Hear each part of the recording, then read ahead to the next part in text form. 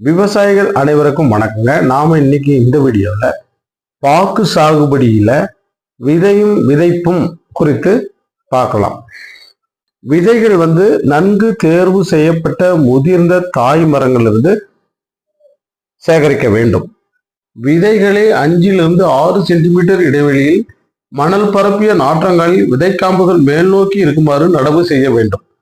விதைகள் முளைத்து 2 அல்லது 3 இலைகள் வந்தவுடன் நாற்றுக்களை பிடுங்கி 30 x 50 சென்டிமீட்டர் அளவுள்ள மண் கலவை நிரப்பிய பாலிதீன் பைகளில் நடவு செய்ய வேண்டும். பிறகு நாற்றுக்களை 12 to 18 மாதங்கள் நிழலில் வைத்து வளர்க்க வேண்டும். இவ்வாறு வளர்க்கப்பட்ட நாற்றுக்களை 30 சென்டிமீட்டர் இடைவெளியில் 2ஆம் நாற்றங்காலில் நடவு செய்து வளர்க்க வேண்டும். அவ்வப்போது நாற்றுகளுக்கு தொடர்ந்து நீர்ப்பாசனம் செய்ய வேண்டும். நன்றி.